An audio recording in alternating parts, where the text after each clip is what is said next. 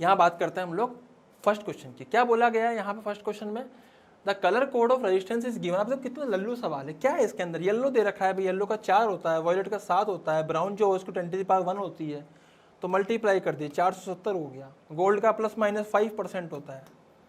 अब बताओ क्या है इसके अंदर, कुछ भी तो नहीं है, हो गया आंसर, सिंपल है, नोट डाउन कर लीजिए इसको, क्या है मतलब कर लीजिए। अब मैं क्या बताऊँ, ये एक्चुअली ओम है, पता नहीं इसमें डालते ही डब्लू हो जाता है ऑटोमेटिक ओम, ठीक है, लगता है ये ओम समझता नहीं है। सो फटाफट से नोट डाउन कर लीजिए, फिर अगला सवाल देखते हैं जल्दी से हम लोग आगे। Find the torque about the origin when the force, ये बढ़िया सवाल है। यहाँ पे क्या गिवन है हम लोगों को, फोर्स गिवन है 3J कैप, आर कितना गिवन है 2K कैप। भाई साहब मैं तो आंसर देखते बता दूंगा, टॉर्क जो आएगा ना वो आता है R क्रॉस F, और आर कितना है यहाँ पे, आर की वैल्यू है 2K कैप इंटू 3, तो कितना हो जाएगा -6I cap. Sir 6I cap भी तो हो सकता है बिल्कुल। बच्चे बोलते हैं 6 तो कुछ भी हो सकता है, सारे 6 ही, हम तो 6 देख के करते हैं, R इंटू F कर देते हैं हम तो। अबे यहाँ पे ऐसी बुद्धि नहीं लगानी, देखो यहाँ पे साइन का बहुत बड़ा रोल होता है। जब भी तुमको इसका साइन निकालना हो ना, तुमको कुछ ये याद रखना है, I, J और K। अगर I क्रॉस J है तो K कैप लिखते हैं, अगर J क्रॉस K कैप है तो I लिखते हैं, इसके उल्टे नेगेटिव हो जाएंगे। अगर तुमने J क्रॉस I कर दिया मतलब इसका उल्टा, तो हो जाएगा -K कैप। अगर तुमने K क्रॉस J कर दिया तो हो जाएगा -I कैप, इसका उल्टा, बस खत्म बात। यहाँ पे K क्रॉस J था तो माइनस आना था, तो option number 4 is the correct option. बच्चों ने गलतियाँ करी ऐसी ऐसी, कई लोगों ने तो इसका आंसर है ना सेकंड कर दिया, कईयों ने तो पता नहीं क्या कर दिया, कई तो उन्हें भयंकर कंफ्यूज हो गए, चारों ऑप्शन सही है, अब क्या करें, ठीक है। तो option number 4 is the correct option, फटाफट नोट डाउन कर लीजिए इसको।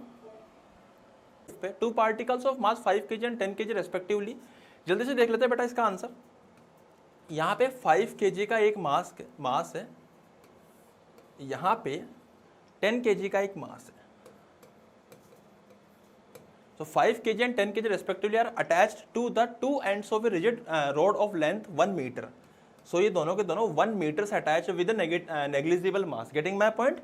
The center of mass of the system from the 5 kg particle is nearly at a distance of. तो पूछा गया है कि भैया 5 kg center of mass कितना हो जाएगा, तो सीधा सीधा XCM लिख दे। XCM आएगा 5 multiply by 0 into 10 multiply by 1, 5 plus 10। So answer हो जाएगा 10/15, ये 2/3, एंड 2/3 क्या है, आंसर आया हमारा मीटर में। अगर मैं सेंटीमीटर में करूंगा तो it will be 200/3 which is 67 centimetre approximately. तो this is the answer for this particular question number 5। Okay students, तो फटाफट से देख लीजिए जल्दी से इसका आंसर। क्वेश्चन नंबर 5 का option number 4 is the correct answer, जल्दी से लिख लीजिए, एकदम सही आंसर है।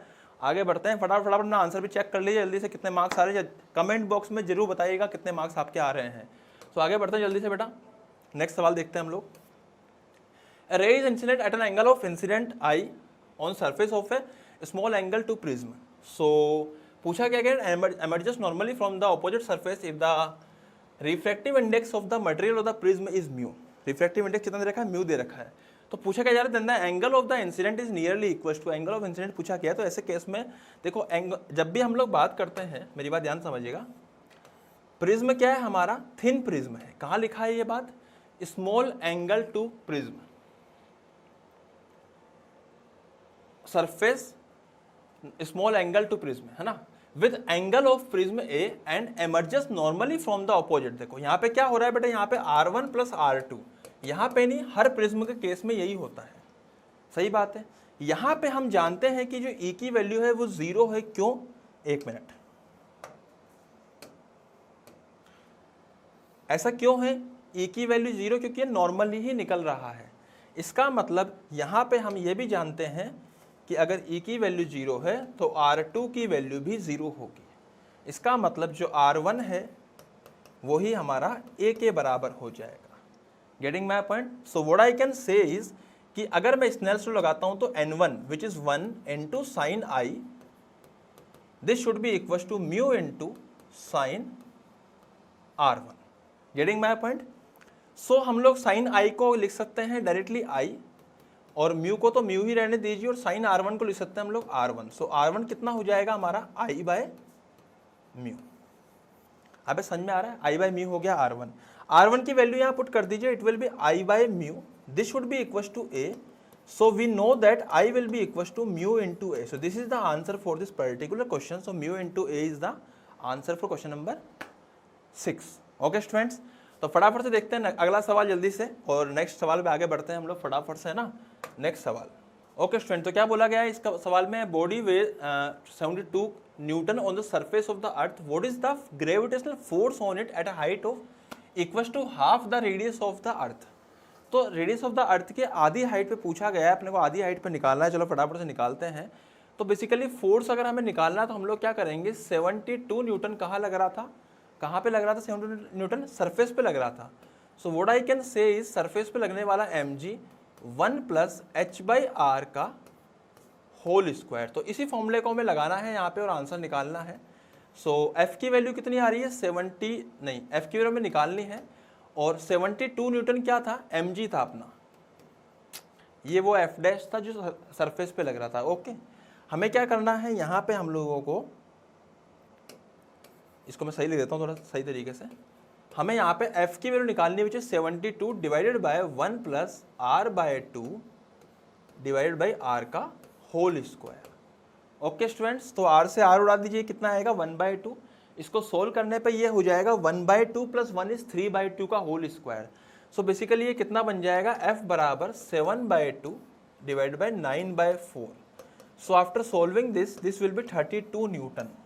ओके स्टूडेंट्स, तो फटाफट से इसको नोट डाउन कर लीजिए, उसके बाद फिर हम बढ़ते हैं अगले सवाल पे जल्दी से आगे। तो फटाफट से नोट डाउन कीजिए पूरे को फास्ट तरीके, सिंपल था, कुछ भी नहीं, बस अपने को ये वाला फॉर्मूला, मतलब ये वाला फॉर्मूला बेसिकली लगाना है इसमें, और कुछ नहीं करना। ओके, सो क्वेश्चन ठीक है, मतलब फॉर्मूला बेसिस सवाल, ऐसे कोई बहुत टफ सवाल नहीं है, बट हम लोग कर सकते थे इसको, और आंसर इसका आसानी से निकल सकता था जो निकल गया है। ओके स्टूडेंट्स, तो फटाफट से आगे देखते हैं अगला सवाल जल्दी से।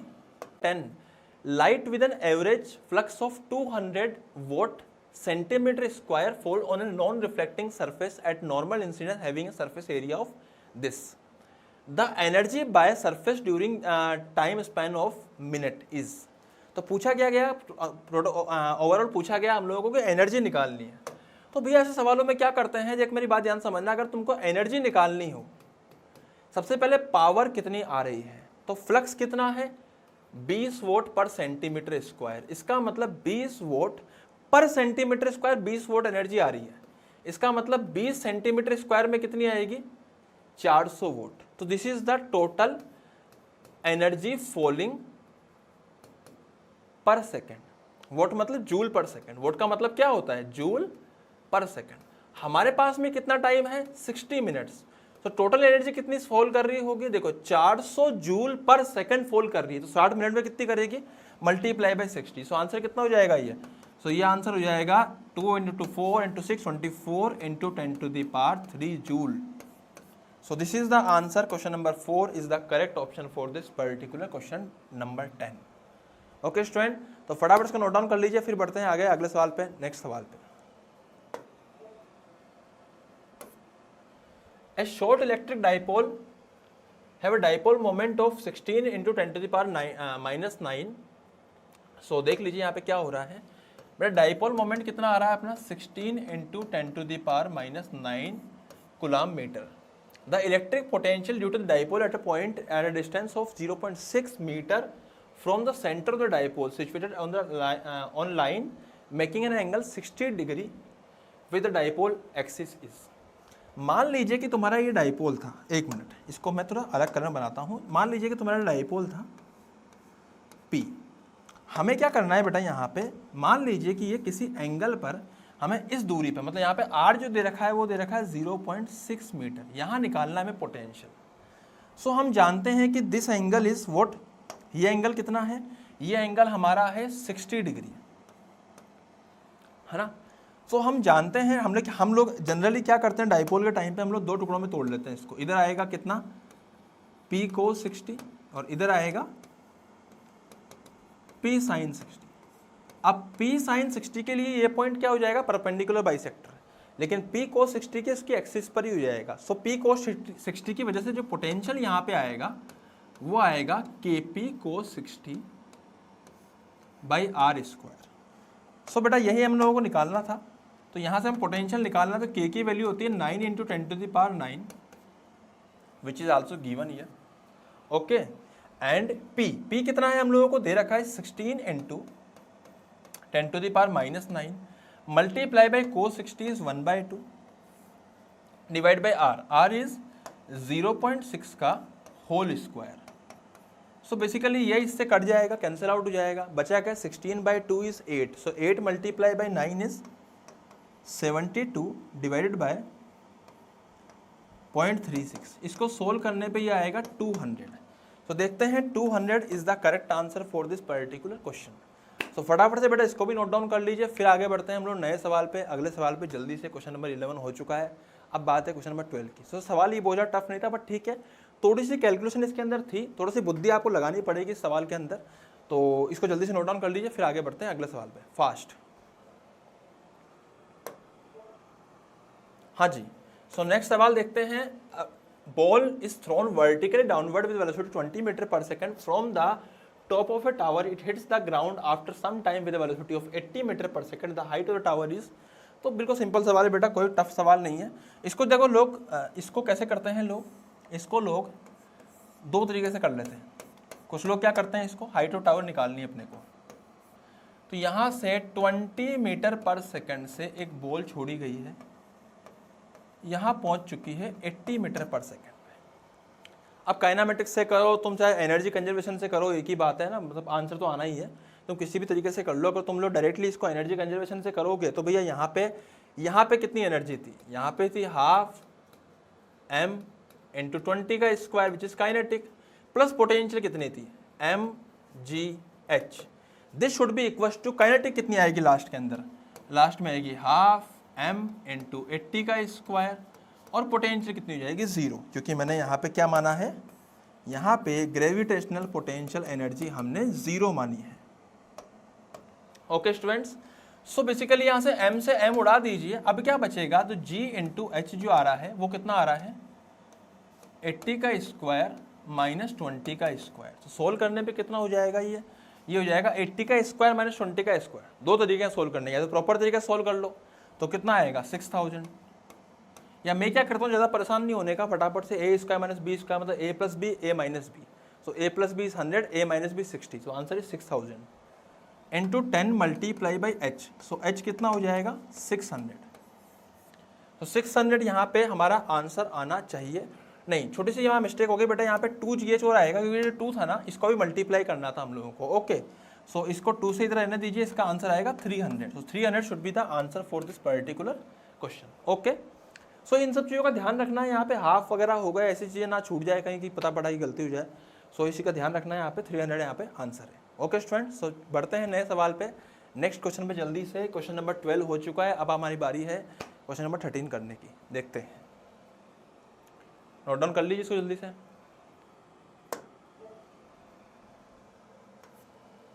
हाँ, क्वेश्चन नंबर 13 क्या बोलता है, देखिए देखते हैं ध्यान से। Resistance wire connected with okay okay okay okay, क्या बोल रहा है, देखो उसने ऐसा बोला है कि एक मीटर ब्रिज जो है, इस तरह का मीटर ब्रिज था, ये जो की वो की लगी हुई थी यहाँ पे।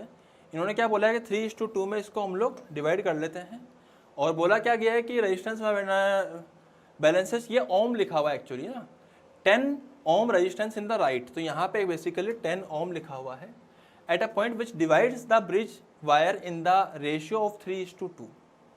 If the length of the resistance wire is 1.5 metre, मतलब इसकी जो लेंथ थी वो कितनी थी 1.5 मीटर थी, then the length of 1 ohm of the resistance wire is, so length of 1 ohm पूछी जा रही है, ठीक है। सो बेटा यहाँ पे क्या हो रहा है, सबसे पहले हम लोग इस रेजिस्टेंस वायर को निकाल लेते हैं, कितना आएगा। इसको निकालने के लिए मैं क्या करूँगा, बैलेंस्ड व्हीटस्टोन ब्रिज है तो R/3 this should be equal to 10/2। So solve करने पे जो R की वैल्यू आ रही है वो आएगी 15 यहाँ पे ओम। 2 को मैंने डिवाइड कर दिया 10 को 2 से, तो 5 मल्टीप्लाई बाई 3 इज 15। सो बेटा यहाँ पे R जो आ रहा है वो 15 ओम आ रहा है, गेटिंग माय पॉइंट। R कितना आ रहा है 15 ओम आ रहा है। ओके, अब बात क्या है कि हमसे क्या पूछा कि the length of the resistance wire is 1.5 metre, then the length of 1 ohm of the resistance, तो 1 ओम का कितना लेंथ हो जाएगा। बात क्या है कि अगर 15 ओम की लेंथ जो है वो 1.5 मीटर है, ओके, सो 1 ओम की कितनी हो जाएगी, just divide 1.5 by 15 and answer will be 0.1. So 0.1 is the answer which is option number 3. 1 multiply by 10⁻⁻⁻1 metre. Okay student, so ये क्वेश्चन नंबर 13 का आंसर हो चुका है, जल्दी से हम लोगों ने कर लिया है.